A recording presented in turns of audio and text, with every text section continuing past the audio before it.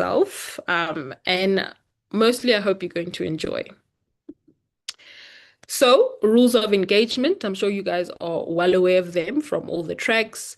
If you have any questions, please post them on the Q&A section. Feel free to use the chat liberally and respectfully. And lastly, make sure to listen, learn, and engage. So I always ask this question amongst all sessions that I have. On a scale of 1 to 10, how are you feeling about this track? Given that you've gone through orientation, never mind about what you were told about data engineering, but just personally, how excited are you, or how do you feel about the start of machine learning? How are you feeling about this track on a scale of 1 to 10? 1 being bad, 10 being good. I'm not sure who's responding from the ALX learning programs team with 10, but thank you. Asanda is excited. I'm happy that you're excited. It's going to be fun, trust you me. Testing models, running models is the best place to be, as stated in the orientation. All right. So I guess Asanda's the only one who has a feeling about the ML track. That's okay. As we go through different sessions, maybe you'll gauge how you're feeling with the track. Great. So learning outcome is to understand the conceptual framework of linear regression. So in the chats, what do you think of when you hear linear? What do you think of when you hear linear? Linear. You can't think linearly. Life isn't that linear. What do you think of when you hear linear? Straight, yes, straight. Life isn't a straight line. We have, it's complex. We have some ups, downs, left, right, peaks, throws. So, yes, linear regression is a model in which our input variable, so remember that we are working within supervised learning, right? We're in machine learning, and that consists of two sections or concepts. You either have supervised learning or unsupervised learning. And as of now, we are in supervised learning. So we have our input variables, or we have labeled data. So we have the input variables that help us predict our output variable. And in this case, the relationship that you want to look at before deciding that this is the model I'm going to use with this input variable that will help me predict this output variable is that you need to check if they have a linear relationship. That is very important. All right, so let's hop on to our first, coding session. All right. Please note that throughout all sessions, we are going to be going through Python code. We are going to be going through the actual models, how they perform, and we'll be going through this in Jupyter Notebook. If you feel VS Code works for you, that's okay as well, or Google Colab. Right. So the lesson structure, in this case, we're going to introduce to you linear regression, the assumptions of linear regression. I've already given you the first assumption, that is, we need to make sure that there is a linear relationship between the feature or the input variable to the output variable, the variable that we want to predict. So for instance, let's say we're working with a company and we have sales and profit. Let's just assume these are the only data points or variables that we have. And in this case, we want to predict the profit for the coming year or the coming quarter. And we know that if sales increase, profit will also increase. But this must show a linear relationship for us to decide that we're going to use a linear regression model to help us predict the profit of next quarter or next financial year. There are different types of linear regression. You can have a simple linear regression, that is when you have one input variable, and you can have a multiple linear regression. That's when you have multiple input variables that help you now predict your output variable.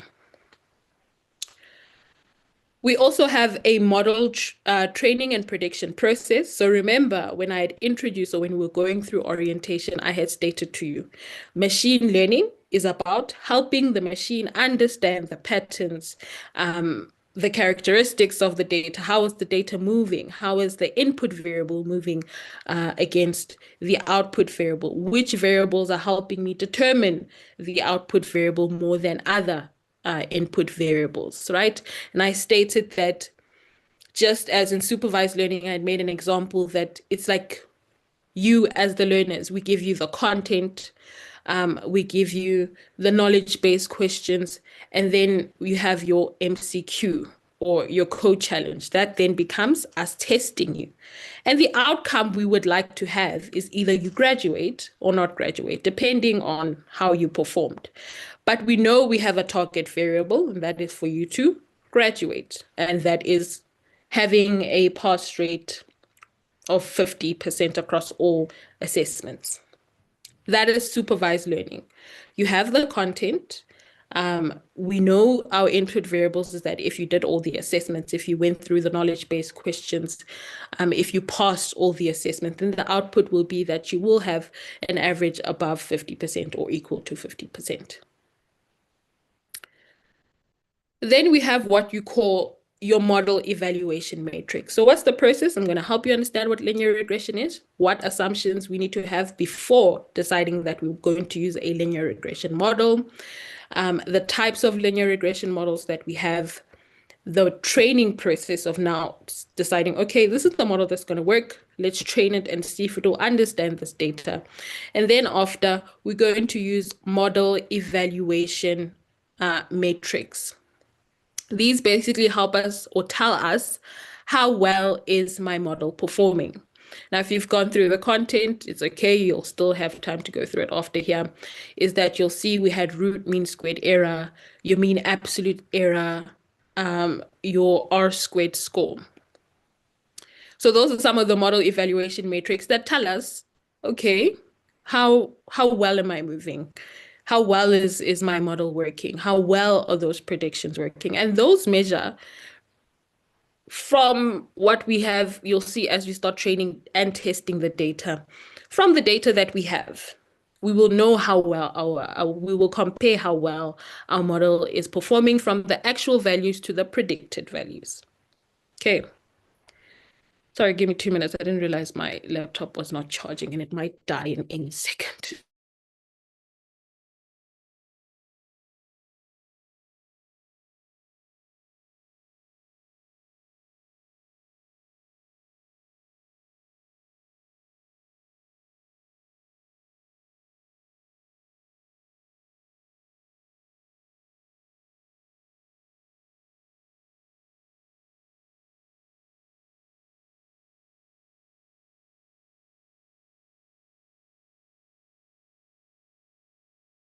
All right, back. And then after, lastly, we will go through common pitfalls and mistakes that you want to look out for when building any model, but specifically in this case, your linear regression model. So we've done this. What is linear regression? It's a supervised machine learning algorithm used to predict. Please note, regression is when we are predicting continuous or discrete numerical values. All right. So we have regression and we have classification. Classification helps us predict categorical data. For example, you want to predict whether someone is cancerous or non-cancerous, whether someone, I don't think you can predict whether someone is male or female. Maybe from data from a Sonos scan that could predict the gender of the baby. So there is classification and there is regression. When you're working with a regression model, when you see anything that has regression, you know that you want to predict numerical values. But there's also a model called logistic regression. That's not a regression. That doesn't, it's just a term, unfortunately, that they have put, but that is a classification machine learning algorithm. Right. So example questions linear regression can answer is how does study time affect exam scores, right? So you'd have input variable of the study time you have set or have had and how it affects exam scores. As you can see, exam scores, what is that? It is a numerical variable or value. So we would be predicting the exam scores based on, my word, sorry, based on the number of study time you have set or have committed yourself to into the program, for example. Another example, how does advertising spend affect sales? So that is also similar to sales and profit. How does house size affect house price? Now, all of this is, or the exam scores, the sales, and the house price are the target variables. So we would have input variable of study time, advertising spent, and house size. Then those will then help us predict those target variables or output variables, being exam scores, sales, and house price. Okay, now with these, in each of these examples, these two variables need to have a linear relationship. That means when I increase or I increase study time, I also increase exam score linearly, not an exponential. So it shouldn't be, if you look at, for example, an equation y is equal to x squared, right? And y is your exam score. So if x squared is equal to 2, exam score is equal to 4. I mean, like, let's just assume that's a good score. If study time is equal to 4, then exam score is equal to 16. That does not show a linear relationship. And there are ways in which we can analyze and see whether our variables have a linear relationship, which is very important to note before we use the linear regression model. Right. So the real world intuition is image plotting.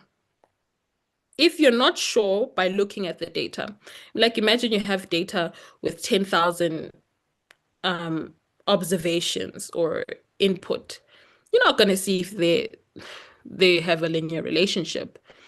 But if you can plot this data, and in this case, it's a simple linear regression where you just have one input variable and an output variable, and you draw or you plot these values along the x and the y axes, where x is your independent variable. So x is your input variable.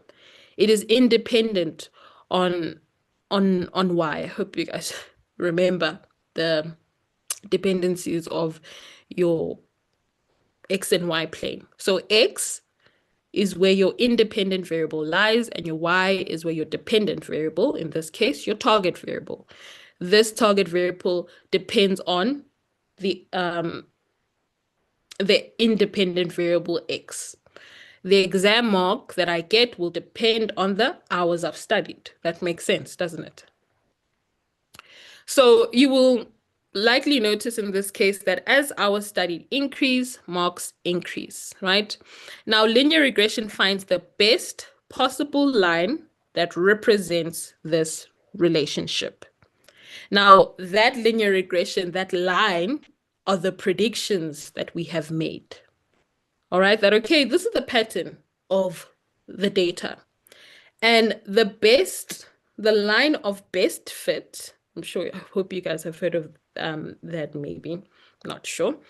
But there's a term, the line of best fit, is that line that has gauged the pattern of the hours studying the exam scores and noted that this is where we can predict these values well or accurately.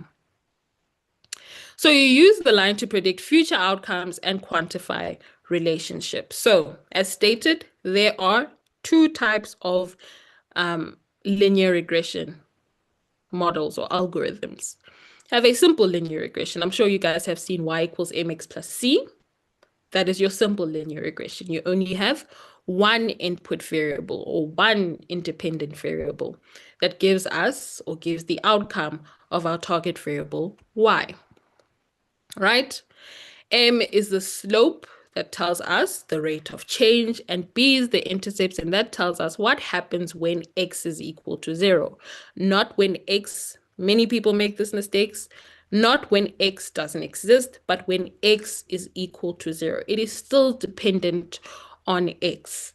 But just because x is equal to 0, it does not mean that it doesn't exist. All right.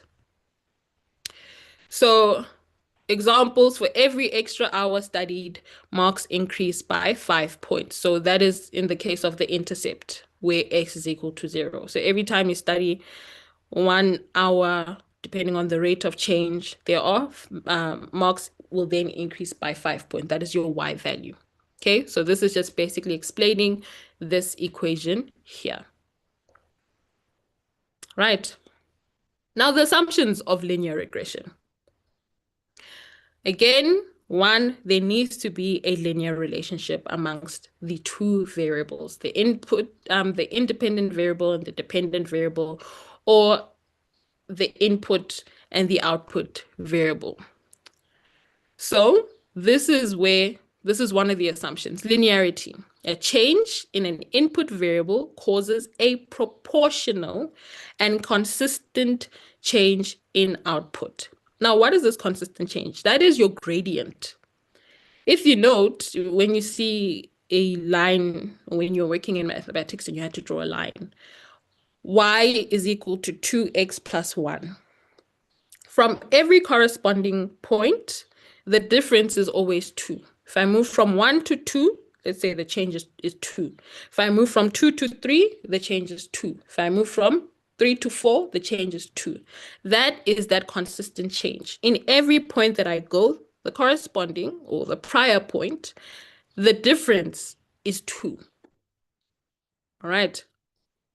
When you plot the data, the pattern can be well described by a straight line, and we can identify this using Pearson correlation.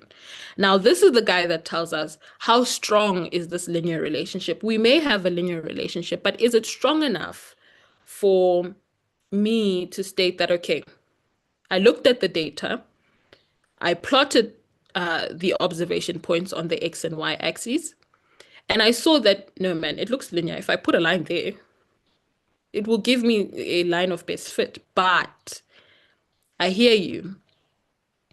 But do you have statistical evidence to tell me that these two variables have a linear relationship or a strong linear relationship? Because they may have a linear relationship, but it may not be strong.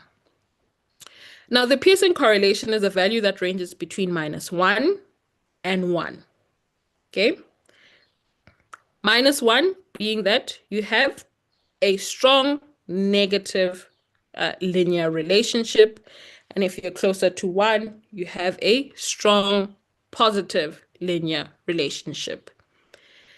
Now, note that in either case, I'm still stating they are strong. Because in mathematics, minus means what? Or signs, I guess. In mathematics, minus does not mean less than plus. All right? Just means direction. Minus could mean left. Plus could mean right. Minus could mean down. Plus could mean up. That's why you see on your X and Y plane, once you draw it up, you have the negative on the left, the positive on the right, the positive on the top, and the positive at the bottom. That is because minus and plus gives us direction. And in this case, -1 will tell me that I have a strong linear relationship. But it's just that now they are not directly proportional. They are indirectly proportional.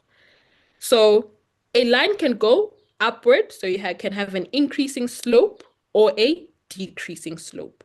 But that does not mean that there's no linear relationship because I'm negative. It just means that my linear relationship is going in a different direction. So let's change the X. Rather than it not being hours studied, it can be hours not studied. So the number of hours that I do not study, if those increase, then my Y would decrease. And in that case, you would have a decreasing line with a negative slope, right? Or a negative gradient. All right. So please note minus is strong. If it's closer, note that the Pearson correlation means that if you are closer to -1, you have a strong negative correlation. If you have +1, you have a strong positive correlation. Right. So this is us deciding whether is it feasible to us for us to use a linear regression model. Are my two variables do they have a linear relationship? Right. Not lastly, in addition, is independent. So observations are independent. What it means is that each point should not influence the other. So just because this student studied 6 hours and got, I don't know, 30% doesn't mean the next student now should be affected. But okay, no, they took 6 hours of the day. I'll take the next 6 hours of the day. So that shows dependence. If we are only sharing the day or the hours of the day, then we are dependent on each other. But if we all have the same 24 hours and you spend 6 hours, that doesn't mean I have any less hours than you had for the day. Obviously, taking away any personal time that you may have or responsibilities, just looking at it linearly in this case, right? So each data point should not influence the other, or in one observation should not depend on a previous or nearby one, and errors or residuals should not be correlated. Now, what does this mean? Same thing as what are the errors? So the errors are the values that we predicted versus the actual value. So suppose we have 5 learners and we predict, or the actual values for each learner, let's say learner 1 spent 2 hours, learner 2 spent 3 hours, and learner 4 spent, learner 3, 1, 2, 3. Learner 1, 2, learner 2, 3, learner 3, 4, right? And we make our prediction, or we draw our line of best fit. And for learner 1, we said this, or the actual values that they spent 2 hours, and let's say they got 60%. But we then predicted that for 2 hours, they would get 55%. The difference between the actual value and the value that we predicted is now the error, or in this case also the residual. Those should not be correlated. So each residual from each learner should not be correlated. Okay. Then we have homoscedasticity. Homoscedasticity. As long as you can read it and you can see it, I hope my pronunciation doesn't confuse you. Constant variance of errors. What it means, the spread of residuals should be roughly the same at all values of X. So in our predictions, we should be somewhat not too when we're making an error, it should be somewhat the same. So if we in student 1, we had a 5% error or residual. Student 2, we want to have like a 4.5 or 5% as well residual. Student 3, we want to have a 4.8 residual. So that's how we're moving. We are predicting well, but our residuals are not far from each other, right? The spread of residuals should be the same. So we don't want them to be all over the place, where the first student we predicted and we had an error of 5%, the second student we had an error of 20%. What is our model doing? Do you not get the pattern, right? That's sort of the mentality around it. Understand the pattern so that residuals are somewhat nearby or close to each other. So in terms of the model, should be equally wrong across all predictions, which is just what I stated. The spread of residuals refer to how wide or narrow the areas are. If the residuals stay equally scattered everywhere, that is good. So we know that, okay, our residuals are somewhat in the same range. We're at 5%, we're at 4.8, we're at 4.3, we're at 4.1, we're at 5.1, we're at 5.2. it's understanding the pattern, but we must also take in that it will never be perfect. You'll never have a model that has 100% R squared and zero root mean squared error, meaning it never makes an error. And in every prediction, we get it exactly to that point, right? And lastly, the normality of errors. What it means, the residual should follow a normal bell-shaped distribution. So once we plot the residuals, remember, we have the points, but once we plot them as well against your X and Y axes, it should show, or using a histogram to see the distribution, it should show a normal bell-shaped distribution. Okay, I hope you guys remember that. But as we go through, you will see. To see if we can, hopefully this image actually exists. So I don't know why I didn't run that.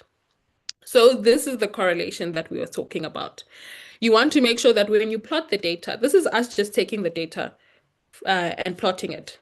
Okay, this is just an image in this case, but when you plot the data, this is what you want to see that, okay, I should be using a linear regression algorithm or linear regression model to help me predict my exam scores or my sales or my house prices, right? Then with our residuals, once you plot them amongst a histogram with the frequency, you want to see it having a normal, or this type of shape, a bell-shaped, hence why it looks like a bell, right? But this is, in statistics, they called it a normal distribution.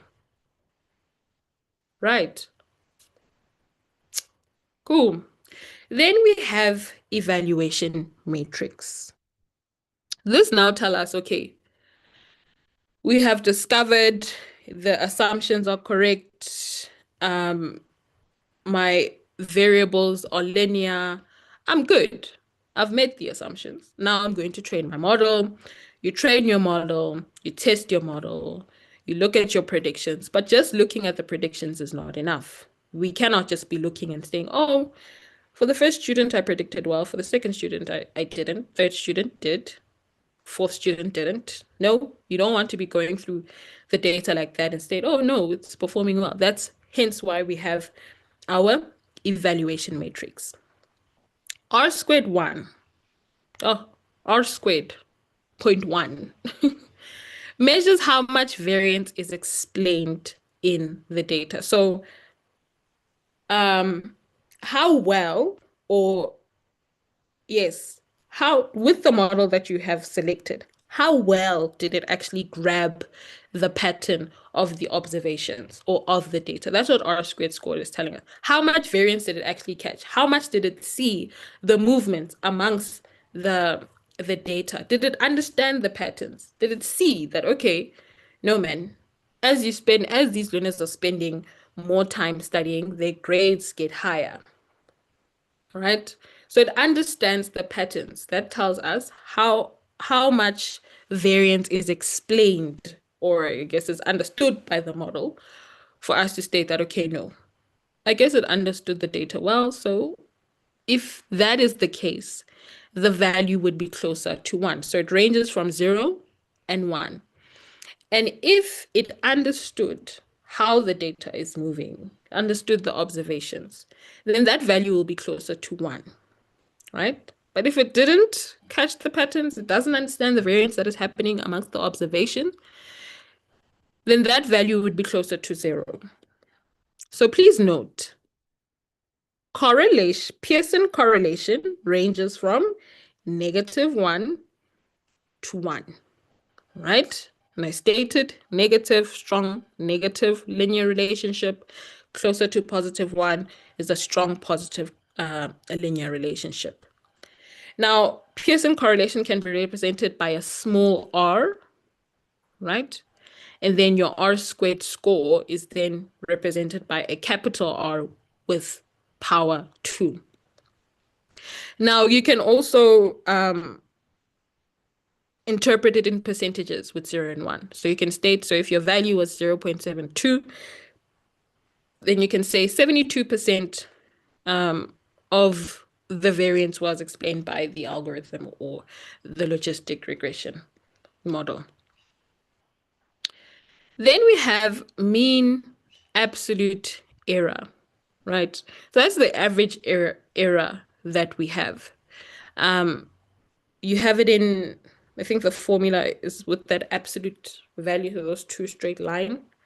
That then gives us the average absolute error. Like once we're looking at all the residuals, you calculate the error, or add up all the error divided by the number of observations, and you get your average absolute error. The reason it's in absolute value is because absolute value measures magnitude, right? So why do I say it measures magnitude? Remember, I told you that in mathematics, plus and minus represent direction, right? So if my residual, it can be negative or it can be positive, meaning I could have gone above my prediction or I could have gone below my, or yes, amongst the actual value. Did I go above the actual value or did I go below the actual value? And that is represented by either plus or minus. Above the actual value would be positive, below the actual value would be negative. Now, once you want to add up all those residuals, you want to make sure that you get the magnitude of the error, not the direction. You want to opt that out because you want to understand the magnitude of this error, and hence why we now use the absolute value. Then we have your mean squared error and your root mean squared error. Ideally, you'd like to use root mean squared error because it is at the unit of the target variable, all right? Or thinking that second. So mean squared error more than, okay, in that case, I'll fix that. Root mean squared error is more convenient because it's directly comparable to the original data scale. So mean squared error is a squared value, all right? Now you want to make sure these two are as low as possible. Okay, you want to make sure these are as low as possible. And the reason root mean squared error is more interpretable is because it is it's back to its original data scale. If you look at the formula for mean squared error, you have actual value minus predicted value all squared, I think, divided by n, and then you sum all those up.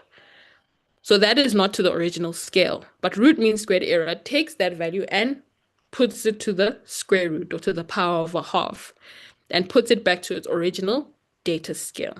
This is now more interpretable because you can tell that, okay, the mean error is amongst about, let's say, 2 data points. So if we're talking about percentage, we know that we want it to be as low as possible. So if I have 5 as my root mean squared error value, then it's quite low if my values range from 0 to 100. Let's say exam scores being 0% to 100%. 5% is quite low for an error. So that's how you can interpret the root mean squared error, because it's to the original data scale. Right.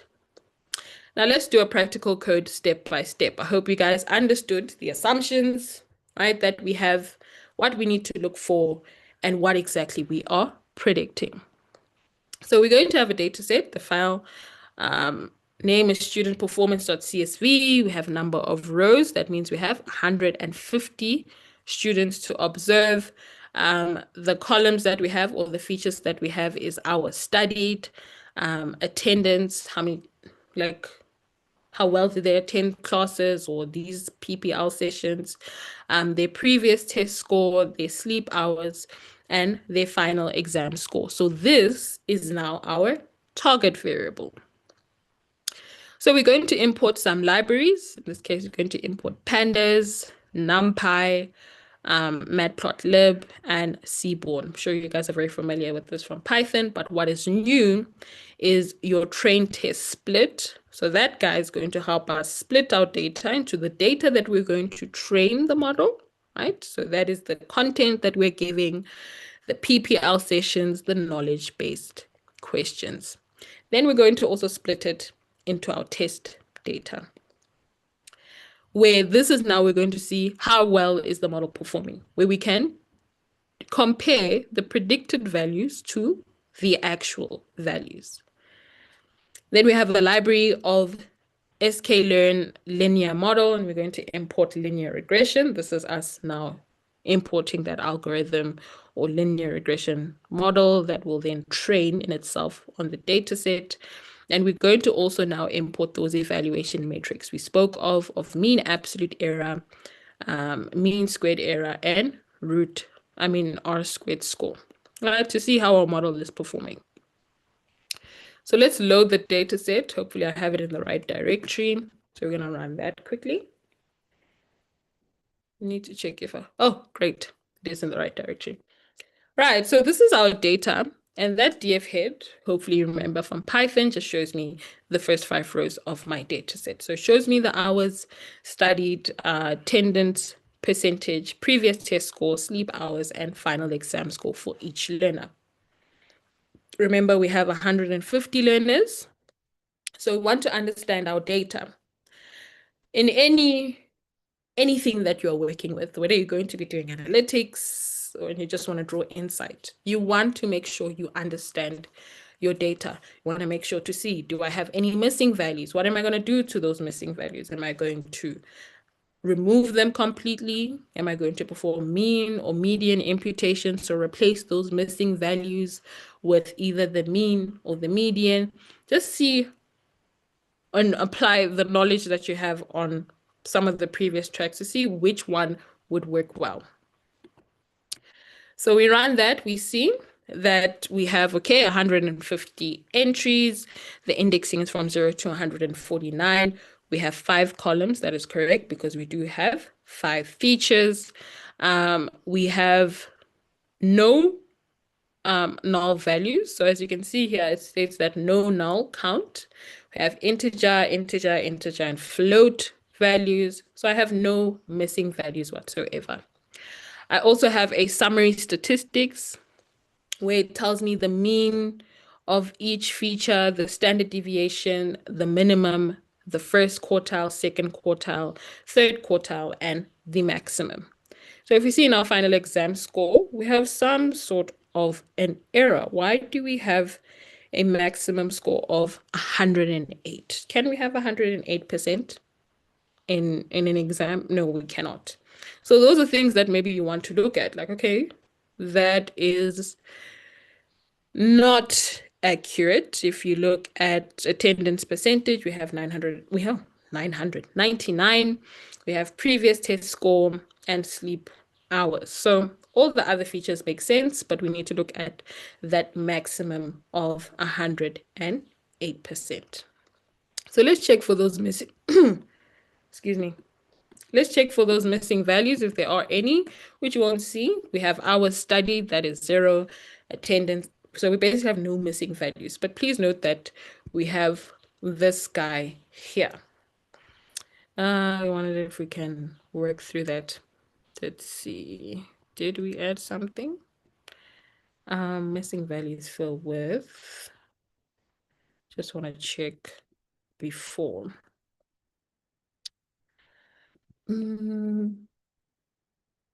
Try and fix that up. I'm just trying to think how I can remove that 108 final exam score. But does it say percentage or score? Let's see how this data. We will come back to that. We will come back to that and fix it. So one thing's first that you want to perform EDA. So we have our features that we can plot amongst each one. So that for loop is going to plot each feature amongst, our final exam score. So that is our target variable. So we're plotting our independent variable, that is your hours studied, attendance percentage, previous test score, and sleep score against what? Our final exam score, just to see what's happening here, right? Which one gives sort of a linear relationship. So we look at final exam score versus hours studied, okay? Something is happening there, but we're not sure. We have attendance percentage versus final exam. We're all over the place there. We have previous test score versus final exam. Okay. Would you say there's a linear relationship here in the chats? Let's see if you guys are still here with me. Would you say there's a linear relationship here with previous test score and final exam? Probably, right? Probably. Yeah, probably. That's what happens when you're just going through and trying to train a model and looking at your data. Yes, there should be. Should there be? We never want to make a personal assumption, Sahid. And I mean not Sahid, Uka, I think. Yes, there should be. Why should there be? Because of the knowledge that you have of relationship. Shagan says, no, not really clear. Yeah, right. We don't know.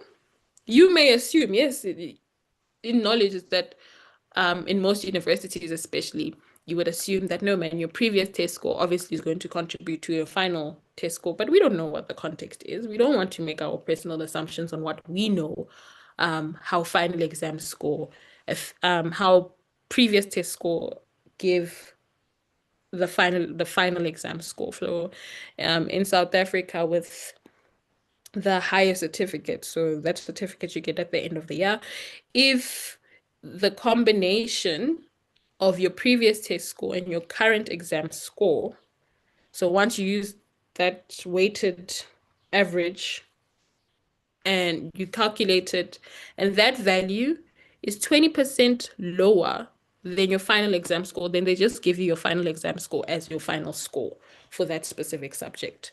So you never want to assume what you know from before, unless given any other information. You always want to follow the stats, the evidence. What do I have? What am I looking at? Okay. Doesn't look like there is correlation, right? Sleep hours versus final exam. Okay, so we've drawn up, right? Remember what the steps were. Let's go back up. Where were we? Where are these steps now? Did I miss the steps? Where are these steps? My word. Right, image plotting, right? Real world intuition. You want to plot your image and realize if you have a linear relationship. Then you want to check for your linear regression assumptions. You want to check for independence, normality of errors, and so forth. Okay, cool. So we've plotted, all right. But we also have correlation that we need to check. Okay, so we're going to draw a correlation heat map that is going to help us see which of these input features or input variables have a strong correlation with our target variable. So once we run that, remember, I told you negative still is a strong correlation value, or what? It still gives strong correlation, right? Just because it's negative, it's just giving a different direction, not that it is less than. Now, if we look in the chat, who can tell me which feature shows that it has a high or a strong correlation to final exam score?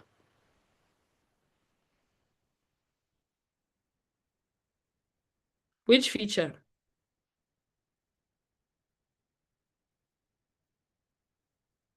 You guys here in the chat, or I don't see your chats? Hours studied. Right. Hours studied. And you know, exactly, that's the one with the strongest, not the one with previous test scores. That didn't help. If we look at previous test scores, we had minus 0.0066, right? We're not at even 1%, not even 1%. No, please do not use that. Not 1%. We're not even close to -1. All right. So, okay, cool. None of these we can say that we will use outside of our studied. So let's use our studied as our independent variable and obviously our final exam score as our dependent variable. Look, I already mentioned this, that previous test score. So sometimes the visual isn't enough. Never trust the human eye. Never trust the human eye. I don't know did I make an example with you guys that the yellow I see is not the same yellow that you see? Some people are colorblind. I saw on TikTok they saying that we see tigers as obviously like that orange brownish color, but they gave it a term for what our type of eyes we have or visual that we have. But other animals see it as green with the black stripes. They don't see the orange. So deers see it as so yes, never trust the human eye. All right? So you want to make sure of that. So let's do some data cleaning where maybe you can fill any missing values. So we'd use that line to fill in the missing values. Um, I'm just trying to think how we can remove that max value. So here, please, if you do have a question, can you put it in the chat? All right. Okay, let's continue then. So we're going to, in an example, if we have, what do you call? Missing values, then we can fill those missing values with the median. Median is ideally used because, who can tell me why median is ideally used to replace any missing values? Previous test score and final exam is 0.4. Previous test score, oh, my bad. Sorry. I was just reading it from here. Right, is 0.4. Thank you, Sahid. Now I've got my matrix knowledge out the window. So who can tell me why median imputation is better than mean imputation?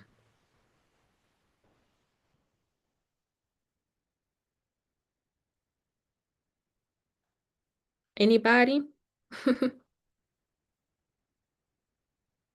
Yes. Oh, thank you, Sahid. Yes, it is resistant to outliers. Right, that is straight to the point. Okay, so if anyone wasn't sure, Sahid has given us that answer. I'm trying to see if we can fix this. What was the name of our data? I'm trying to remove or cut that to only 100%. So let's see. Let's add another cell. Let's see what we can do here. Hopefully this works. I'm not a fan of live coding because of the errors that come with it. And then I look like I don't know what I'm doing. What's the name of just so we can see the relation, how it changes, but I'm sure it's just one value. We have DF, let's say final exam score. Final exam score, right? Those are all underscore. And then you want to change that column so that that I'm gonna say DF, just copy and paste that. And so we're gonna say dot, we want to make sure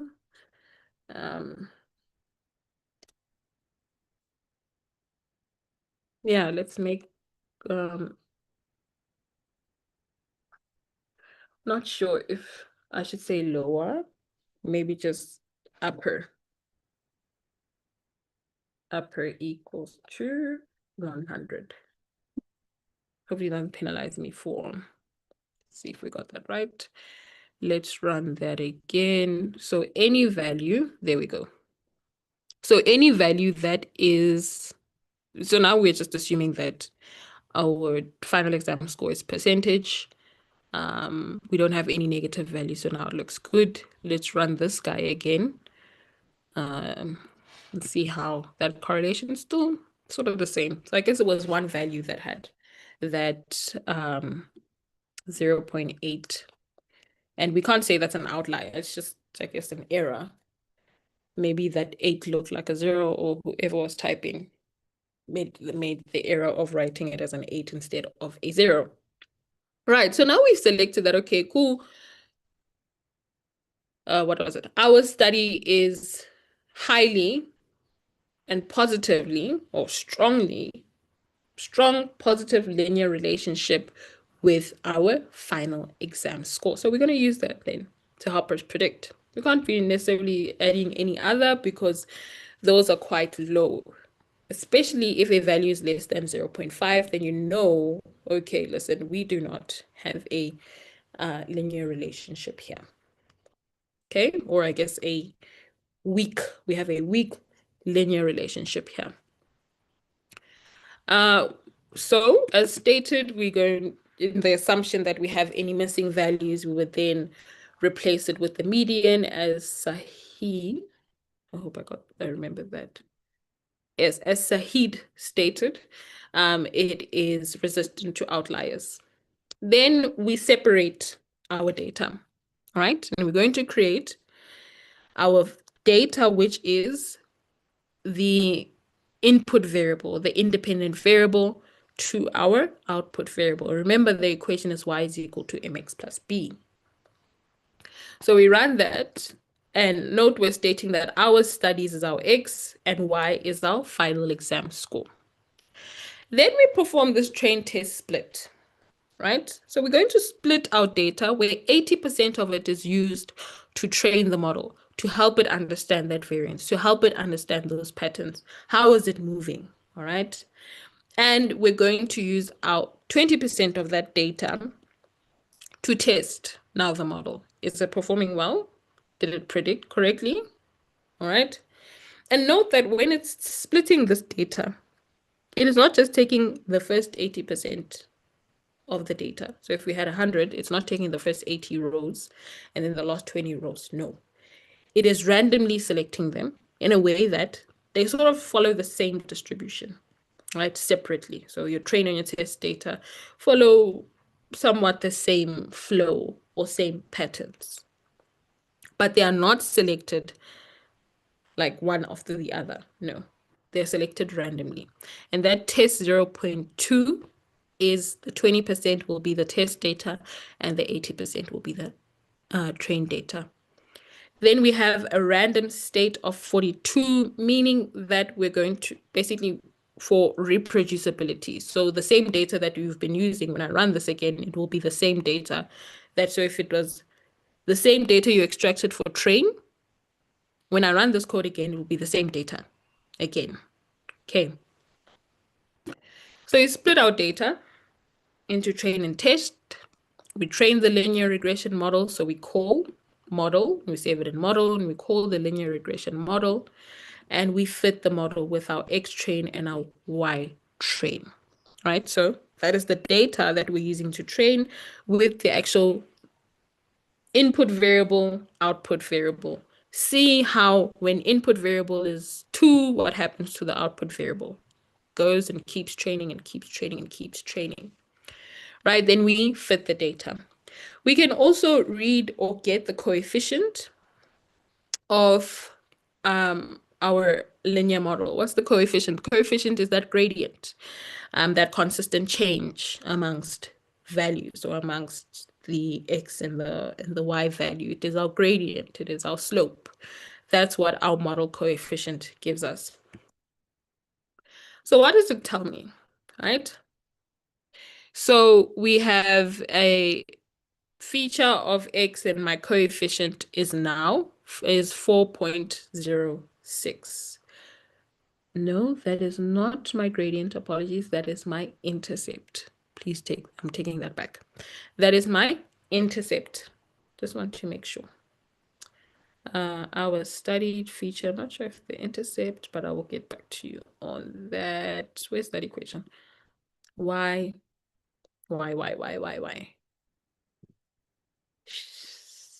is equal to mx plus c. That is the intercept. No, coefficient is the gradient. If you want the intercept, then you specifically state intercept. Let's see. Let's add another cell. Let's use that help function. Help model dot intercept.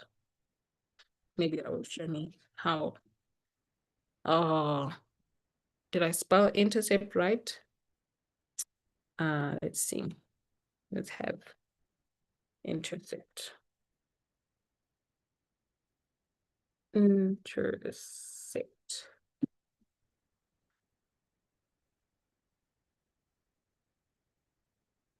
I like how that looks. Say model, but intercept. Hopefully I get this right. There we go. Right. So that is the intercept. Okay, that is the B that we have there. And with coef or coefficient, that is our cell. I don't know why that did that. Oh, there it is. Now it's working. Wow. After I needed you, you weren't there. So if you want to see how each function amongst this code, you can just run the help function and it will tell you exactly what is happening, what are you looking at.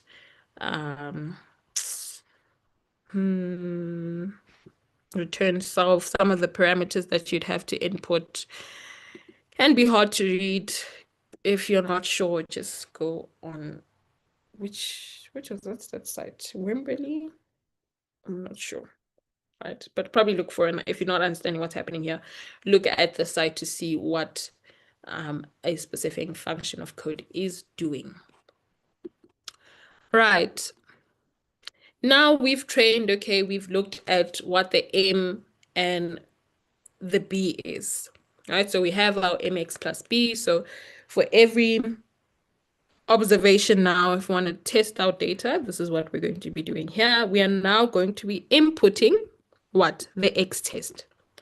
If you note here, we imputed the X and Y train, right? Because it was training and it needed to see it. When you are studying, you have examples and solutions, right?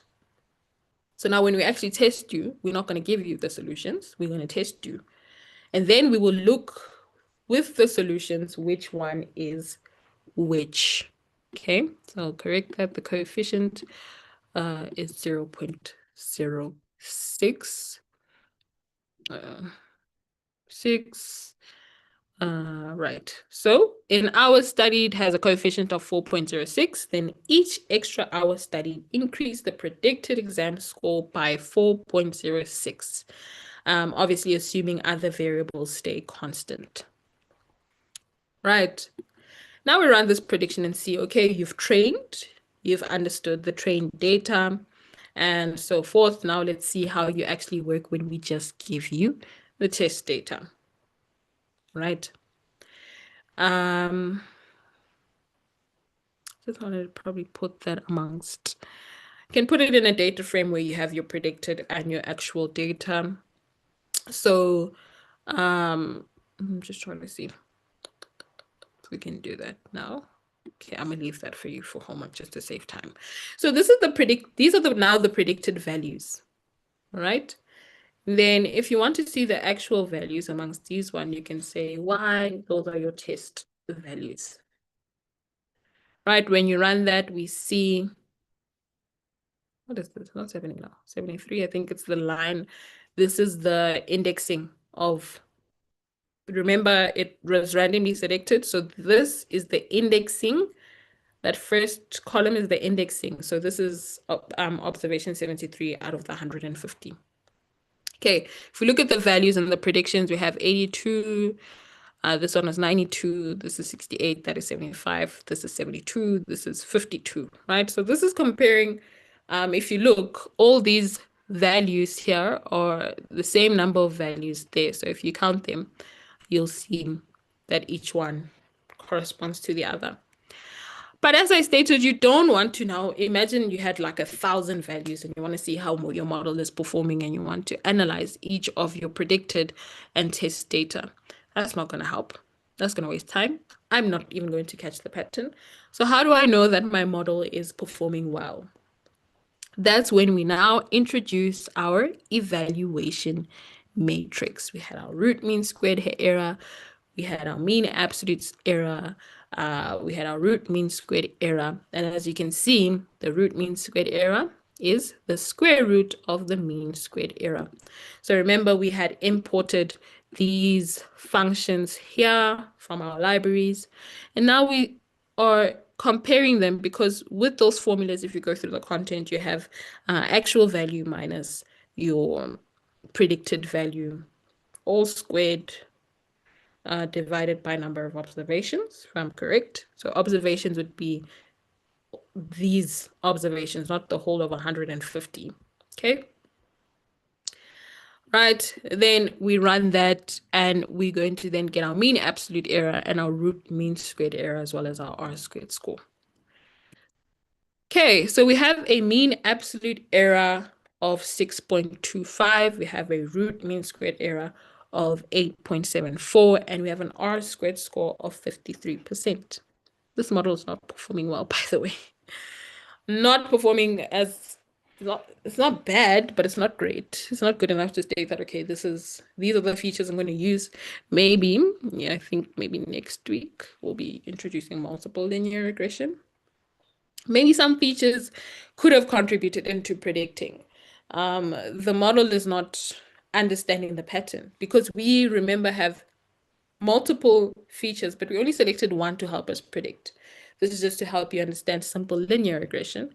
But I think next week we will be covering multiple linear regression, where we now have all of these features, and they also have their own assumptions that we must look at, not just linearity, but collinearity. When I select these features, I must also look as to whether they are have some sort of linear relationship. You know, you guys are working for me. You're working to sort of help me predict, but you are out here helping other people predict. We don't want that, right? That's the best as I can explain why not to have any collinearity amongst our data. So far the model's not performing well. Yes, our root mean squared error is low, but our R-squared score is at a 0.53, which tells us that 53% of the variance in the data is explained by this model, which doesn't necessarily mean that it's performing bad, but it doesn't also mean that it's performing well. Right, which I'm not sure if I'm glad, but I've sort of explained the concept of simple linear regression. Once we hop onto multiple linear regression, then maybe it will make sense. But for now, not performing well, but we do understand, reason being, we had removed some of the features which do contribute into, or may, let's not assume or make a clear assumption on something that we don't know of. Those features could give us more information, and for us to completely remove them maybe doesn't make that much sense. Then lastly, we have our residual analysis. And remember, we want to see how our residuals are acting, how are they scattered, and lastly, that is our last move. So residuals aren't moving well. One.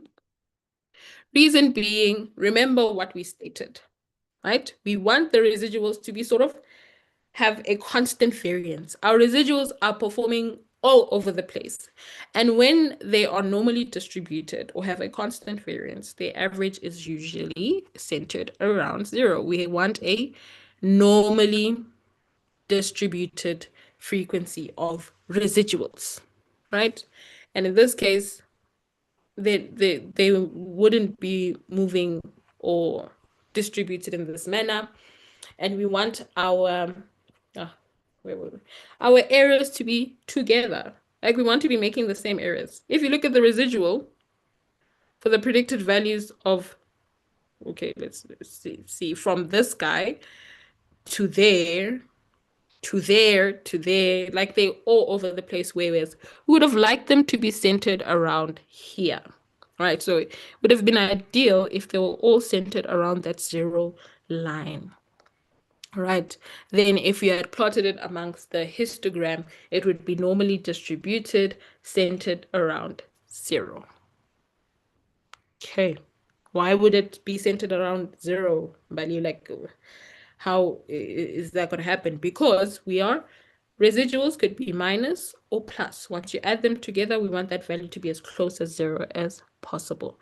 So we would have liked that if this guy is here, the other one would have been there, right? And if this guy is there, the other or there, the other one would have been here. This one's sort of close, but not close enough. So we want them to cancel out so that we can have zero residual, no error.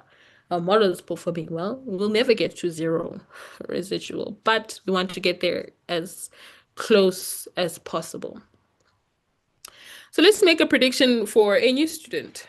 I had to say a student has studied 6 hours, and we're going to make a prediction for this new student and see what their predicted score is. So if a student studied for 6 hours while all other variables remain constant, their predicted final exam score would be 84.77%. This would be feasible if our model was performing well, but unfortunately, that model didn't do too bad, but it didn't do too great. All right. Hopefully that makes sense. And I'm going to close it off here and hop onto the chats for any questions you guys may have.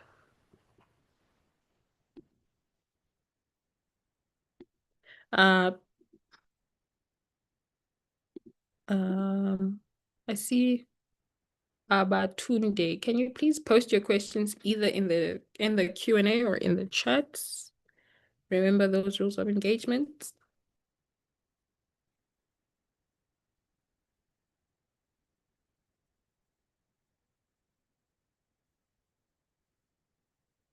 There's no questions at the moment. Please note that the slides will be shared with you as well as the notebook that I was just working with you now on eHub. So please make sure that you look through that.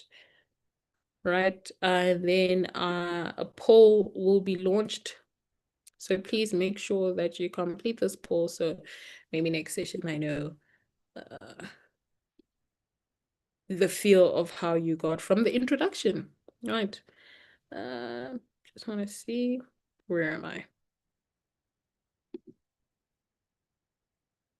All right, a poll has been launched. Please do complete the poll before you go. Still just waiting for a couple of questions if Batunde is still typing or not. For now, we can hop on to announcements. So for learning and technical support, you can ask the ALX data team. So this is the eHub community space where you can ask any program or content related questions. Please use this space only for this purpose. We also have Fresh Desk. This is the go-to space for all program support. Ensure you log a ticket with the support team before you approach the program team. And lastly, we have Answer Base. So this is where you will find me and all other technical mentors. So this is basically a channel specially dedicated for you to ask and get answers to complex questions. Right, next steps. Your next assessment is due on Monday, 20 July 2026 at 23:59 CAT. That is your regression MCQ. Just check. You can find our session recordings and resources on eHub. And please remember, you are not alone in the community. Engage with your squads, ask for clarity, and post your wins, challenges, and new insights on your squad spaces.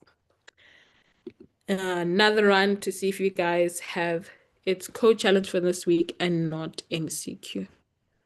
Was an error. Oh, okay. All right. Yes, please. I'll correct that. Right. So it's your code challenge that is due this week. Please make sure that you complete that, and it is due on the 20th. All right. If you guys have not any questions, going once, going twice, I hope your 1 to 10 scale will be better by next week to see whether you are more excited about the ML track, but I really hope you are. All right. Thank you guys for coming. I hope you have a lovely day, and I will see you next week. Cheers.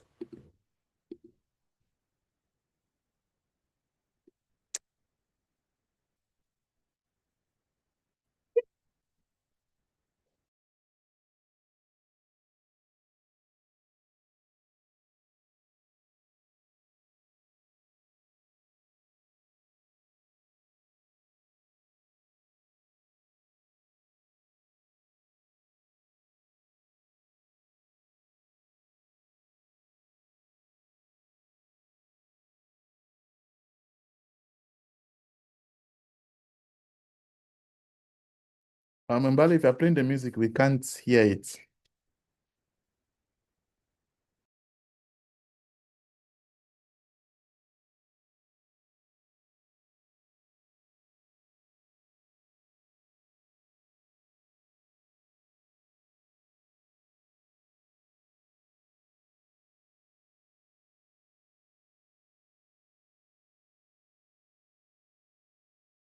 I'm not sure. I can't share sound. I don't know, maybe because am I not co-host?